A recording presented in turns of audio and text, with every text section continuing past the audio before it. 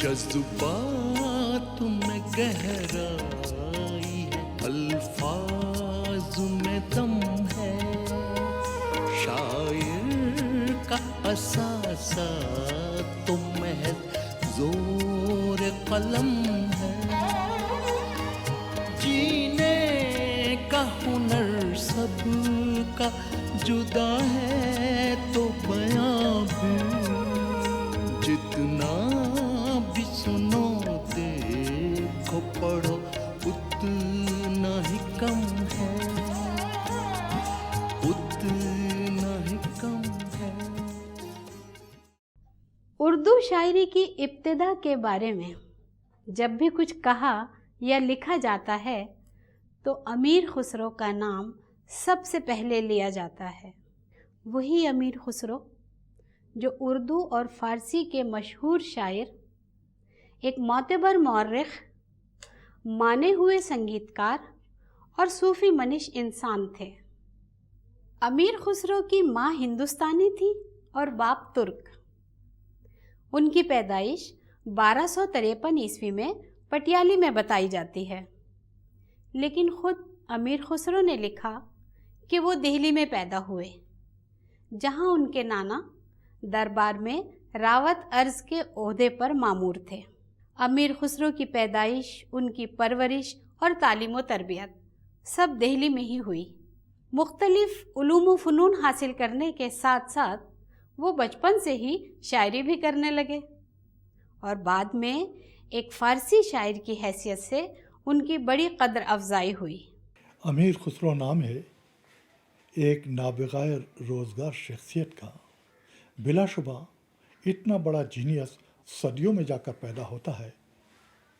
अमीर खुसरो उन खुशनसीब इंसानों में से थे कि जिन्हें बड़े बड़े बादशाहों के दरबारों में रसाई हासिल हुई, और वो रसाई महज उनकी शायरी की वजह से।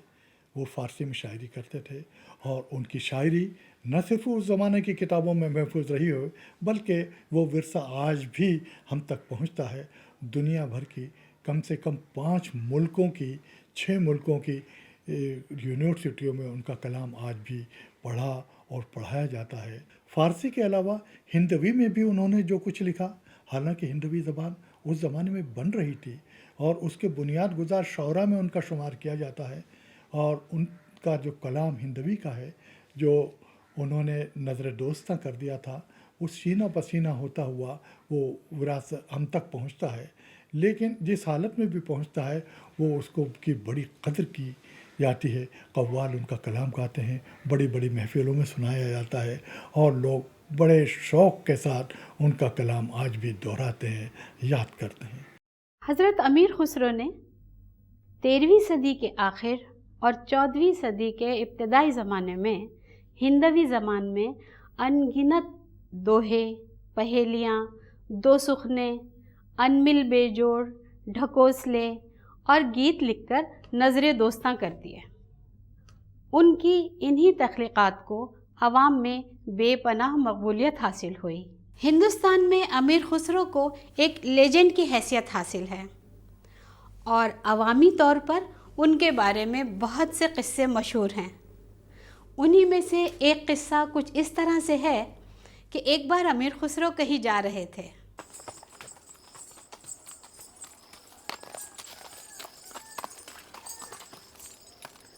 या खुदा, किस कदर गर्मी पड़ रही है। जानवर भी परेशान है। प्यास के मारे तो गला सूखा जा रहा है।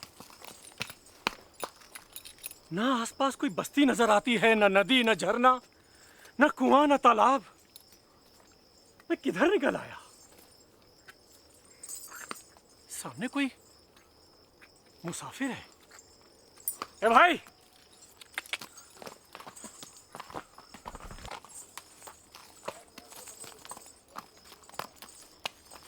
भाई, क्या कहीं आसपास या तुम्हारे पास पानी मिल जाएगा? मुझे बहुत जोरों की प्यास लगी है। प्यास के मारे गला सूखा जा रहा है। पानी तो मेरे पास था, लेकिन अभी अभी मैंने सारा पी लिया है। ओह अफसोस। असल में गर्मी भी तो इतनी बुरी पड़ रही है कि जानवर भी परेशान है। क्या आसपास यहाँ कहीं कोई आबादी, नदी, कुआं, झरना कुछ है जहाँ पानी मिल जाए? आगे से दाहिने तरफ मुड़ जाओ, वहाँ एक गांव है, वहाँ शायद तुम्हें पानी मिल जाए। शुक्रिया भाई। चल।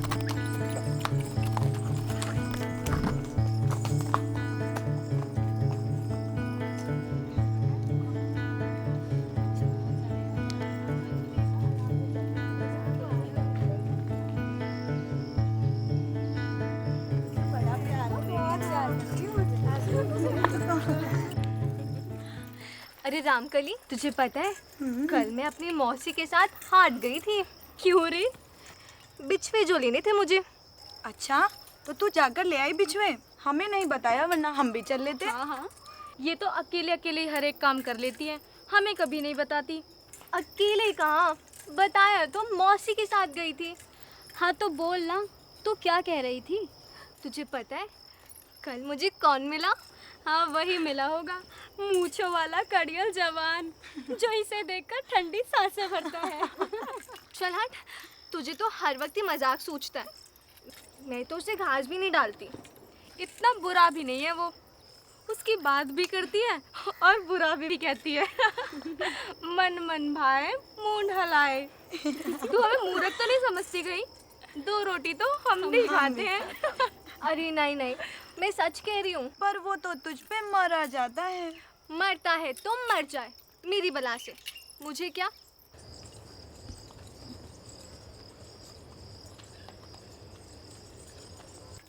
अरे अरे वो देखो, कोई मुसाफिर है, बड़ा थका हारा लगता है बेचारा। इसकी सूरत तो कुछ जानी पहचानी सी लगती है। हाँ, मैं पहचान गई, ये तो वही दिल्ली का बाका सजीला अमीर खुसरो है। अमीर खुसरो?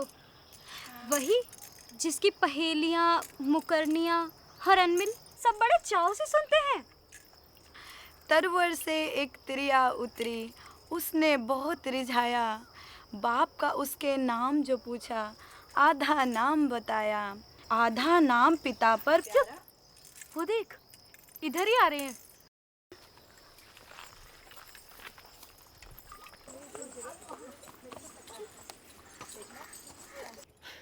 लड़कियों, कुछ पुण्य कमाओ, मुझे बहुत जोरों की प्यास लगी है, थोड़ा पानी पिलाओ। पहले ये बताओ कि तुम हो कौन? अरे इनसे क्या पूछती है, तुझे मैं बताती हूँ। ये शायर हैं अमीर खुसरो। अरे वही अमीर खुसरो जिनके गीत हमारे गांव के घर घर में गाए जाते हैं, जैसे वो अम्मा बाबा को भेजो री कि सावन आया री, अम्मा बाबा भेजो री कि सावन आयो री, बेटी बाबा तो बूढ़ारी कि सावन आयो री। बस करो लड़कियों, बस करो, ये गीत बाद में गा लेना, मुझे पहले पानी पिला दो, बहुत जोरों की प्यास लगी है मुझे। अगर तुम शायर अमीर खुसरो हो तो पहले हमें शायरी सुनाओ, फिर हम पानी पिलाएंगे। खुदा तुम्हारा भला करेगा। देख नहीं रही हो लड़कियों कि प्यास के मारे मेरा गला सूखा जा रहा है, मुझे थोड़ा पानी तो पिला दो पहले। हम तो पहले शायरी सुनेंगे, फिर पिलाएंगे पानी। अच्छा, तो पहले यही सही। मुझे ना चरखे पर एक दोहा सुना दो। चांद पर बैठी बूढ़ी अम्मा जो चरखा काटती है ना, उसी पर। और मुझे ढोल पर एक शेर सुनाओ, वही ढोल जिसके बिना शादी नहीं होती। और मुझे कुत्ते पर, क्योंकि कुत्ता एक वफादार जानवर होता है। छी छी छी छी, कुत्ते पर नहीं, मुझे तो खीर पे कोई दोहा सुनाओ। खीर तो हम सभी की मन भाती चीज है। सुनाऊंगा सुनाऊंगा, इन सब पर सुनाऊंगा, पहले मुझे पानी तो पिला दो। खुसरो जी, जब तक शायरी नहीं सुनाओगे पानी नहीं मिलने का। पहले शायरी सुनाओ, फिर पानी पी लेना जी भर के। क्यों बहनों? हाँ, पहले शायरी फिर पानी। अच्छा,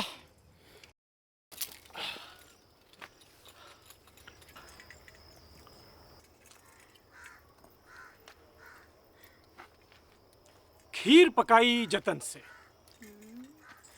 खीर पकाई जतन से, चरखा दिया जला। क्या किया? इसकी खीर पकाने के चक्कर में बेचारी का चरखा ही जला दिया। जी, खीर पकाई जतन से, चरखा दिया जला। आया कुत्ता खा गया, आया कुत्ता खा गया, तू बैठी ढोल बजा, ला पानी पिला। अरे खुसरो जी तो बड़े ही चालाक निकले, एक ही शेर में सबकी फरमाइश पूरी कर दी। पर उनको प्यास भी तो लगी है ना, तो चलो इनको पानी पिला देते हैं, उसके बाद सुनेंगे शायरी।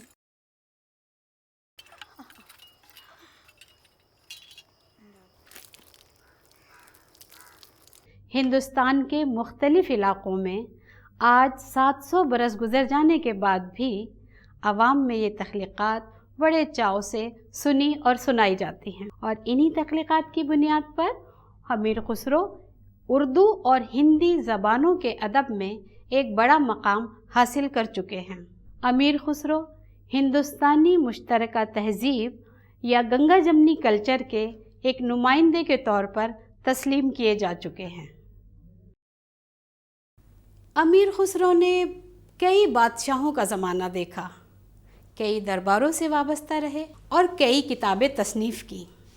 उनके अशार की तादाद 5 लाख कही जाती है और खमसा खुसरवी उनका एक बेहतरीन कारनामा तस्लीम किया जाता है। अमीर खुसरो बहुत ज़हीन आदमी थे और वो ये जानते थे कि मैं तुर्क हूँ और मेरी फ़ारसी को तुर्क ही पसंद करेंगे, इसलिए उन्होंने निज़ाम गंजवी की पैरवी की। उर्दू और फ़ारसी के क्लासिकी अदब में अमीर खुसरो को एक बुलंद मकाम हासिल है। फ़ारसी ज़बान व अदब के माहिरीन अमीर खुसरो को सबके हिंदी का सबसे बड़ा नुमाइंदा शायर तस्लीम करते हैं। फ़ारसी का वो तर्ज़ शायरी जो हिंदुस्तान में उभर कर सामने आया और उसको हमने बाद में सबके हिंदी यानी इंडियन स्टाइल का नाम दिया, उसके बानी और उसको सबसे पहले इंट्रोड्यूस करने वाले हिंदुस्तान की फ़ारसी शायरी में अमीर खुसरो थे। शायरी के साथ साथ अमीर खुसरो को फ़न मौसीक़ी में भी गहरी दिलचस्पी थी। उन्होंने हिंदुस्तानी और ईरानी रागों को मिलाकर कुछ नई राग रागनियाँ ईजाद की, जिसकी बिना पर हिंदुस्तानी मौसीक़ी की तारीख़ में उन्हें एक बुलंद मर्तबा हासिल हुआ। वो फ़न मौसीक़ी के असरार और रुमूज़ से खूब वाकिफ़ थे। उन्होंने बहार राग में एक गाना ख्याल बनाया जो हिंदी और पर्शियन भाषा का मिश्रण और कम्बिनेशन है। अब देखिए, फूल खिले बगियनों में आमद फसले बहार, फूल खिले बगियनों में आमद फसले बहार, चंपा चमेली गुलाब झूमरे डर डर, साकिब ने जामे में खुसरो वदर कुएं यार, फूल खिले बगियनों में आमद फसले बहार फूल। ये सूफियाना गायकी में कौल सबसे बड़ी चीज़ है, बहुत इंपॉर्टेंट चीज़। अब कौल क्या, उन्हीं का राग है मन सनम का नाम, अरबी लानी म्यूज़िक का राग है। मैंने कुल तो मौला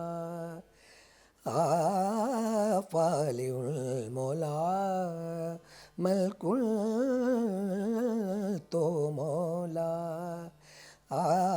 फालिउल मौला, दर दिल दर्दानी, हम तो ताना ना ना ना ताना ना ना रे, या लाले या लाले या ला या ला या ला ला ला ला ला ला ला ला ला रे। ये कौल उनका।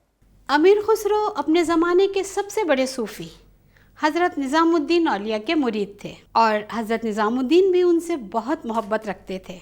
अमीर खुसरो का दिन दरबार में तुलू होता था और शाम हज़रत की खानकाह में। अपने मुरीद से उनका ये रिश्ता ताउम्र कायम रहा।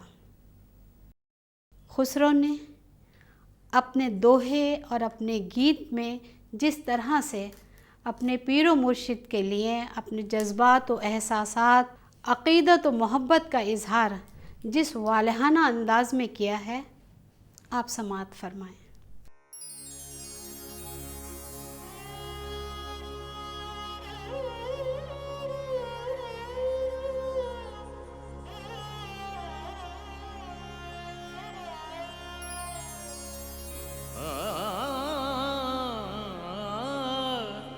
खुसरो रैन सुहाग की, जागी पी के संग। खुसरो रैन सुहाग की, जागी पी के संग। तन मेरो मन पीहू को, दोनों भय एक रंग।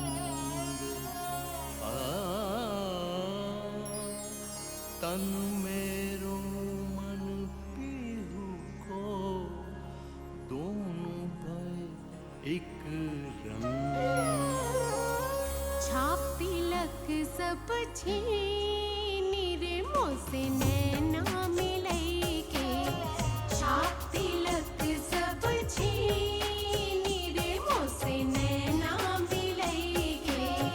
नैना मिलई के, नैना मिलई के, नैना मिलई के, नैना मिलई के, नैना मिलई के, नैना मिलई के, नैना मिलई के, नैना मिलई के।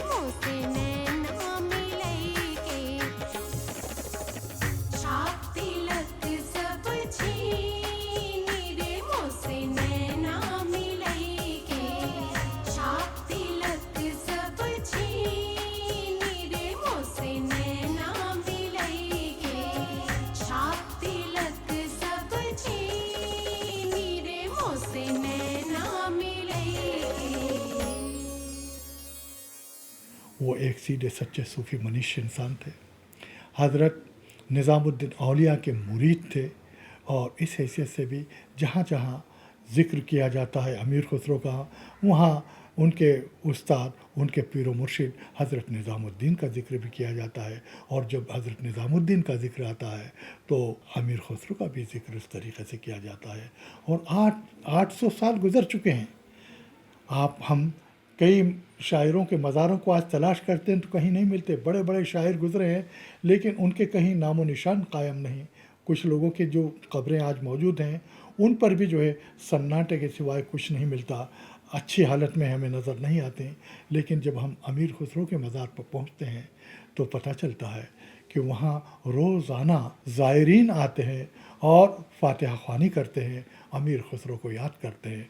मैं समझता हूँ कि ये भी एक बहुत बड़ी उनकी खुशनसीबी है।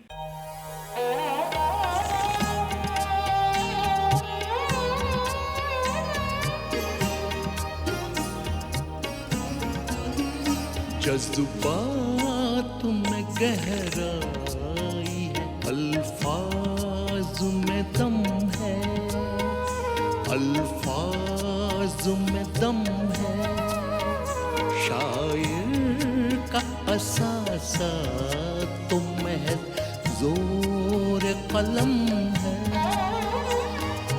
जोर कलम